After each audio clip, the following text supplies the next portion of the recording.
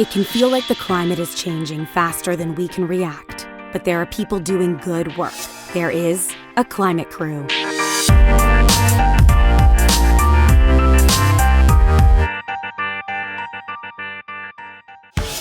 So I'm part of a team of fire scientists and vegetation ecologists here in Banff. There are teams like us all across the country. We're part of this big climate crew that's doing all sorts of things to mitigate the impacts of climate change.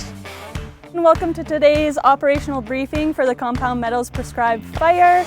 We're going to be trying to complete the structure protection on the Town of Banff generator. To achieve today's incident objectives, the ignition group that's going to be led by Jane as the ignition specialist. Ground operations are led by me. Quick reminder to have your sleeves rolled down, proper PPE. Okay, thanks everybody. Have a good day and be safe, and we'll talk to you out on the fire line. With the effects of climate change, we have potential for longer fire season, bigger fires. And with 100 years of fire suppression and this buildup of fuels on the landscape, it means that a lot of times fires will become much bigger and burn much hotter across the landscape. So prescribed fire creates a mosaic on the landscape where fire has barriers. In the absence of prescribed fire, a fire could just wipe out an entire watershed and the ecosystem as a whole. Like in this area, this used to be dense forest, and now you can see it's much more open. Fires just got taken out of the ecosystem, and as a result, the health of the ecosystem really declined, and the quality of the habitat for wildlife also declined with it. Fire is a really important process in our ecosystems, much like many other processes like flooding and avalanches. Fire, part of the ecosystem. You can see that there's still the remnants in the charcoal on the bark here from it burning in 2003. And so this area was part of that prescribed fire. And it's pretty cool. You can actually see that the tree has protected itself with this really thick bark.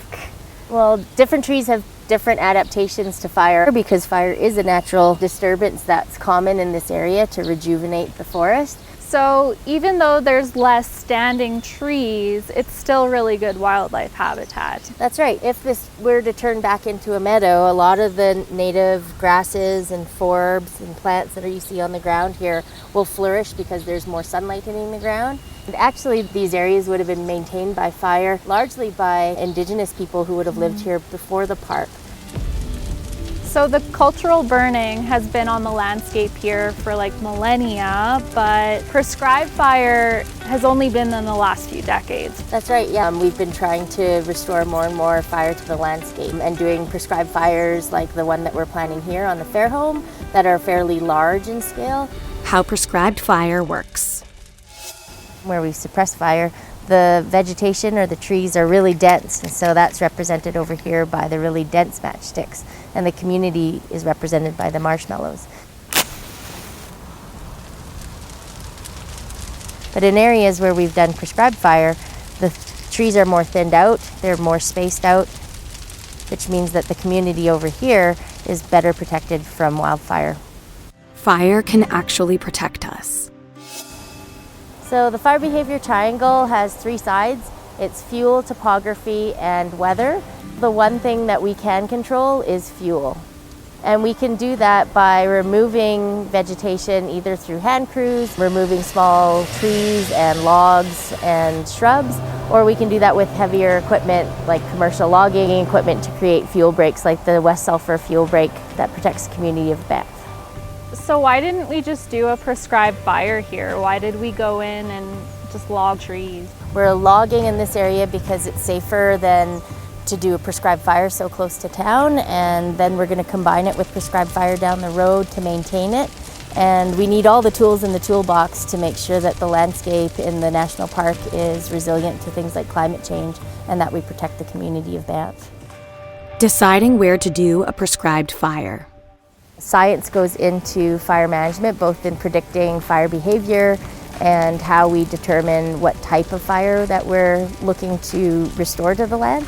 It's not an exact science. We have to work with the weather that we're given, the site, the amount of fuel and vegetation that's on the ground. And so a lot of how we restore fire to the land is based on experience, and that may mirror largely what Indigenous people in this area would have done in the past too. We burn in Parks Canada for very specific ecological reasons. So if we want to restore grizzly bear forage like buffalo berry, we try to figure out what kind of fire creates healthy buffalo berry bushes. And then we figure out what kind of weather creates the type of fire that creates the good buffalo berries. And then on the day that we go to burn, we have to work with whatever weather we have across the landscape. I love the fact that the work that we do has tangible, visible impacts on the ecosystem. Fire managed appropriately will always increase the resilience of that ecosystem to things like climate change or the negative impacts of wildfire.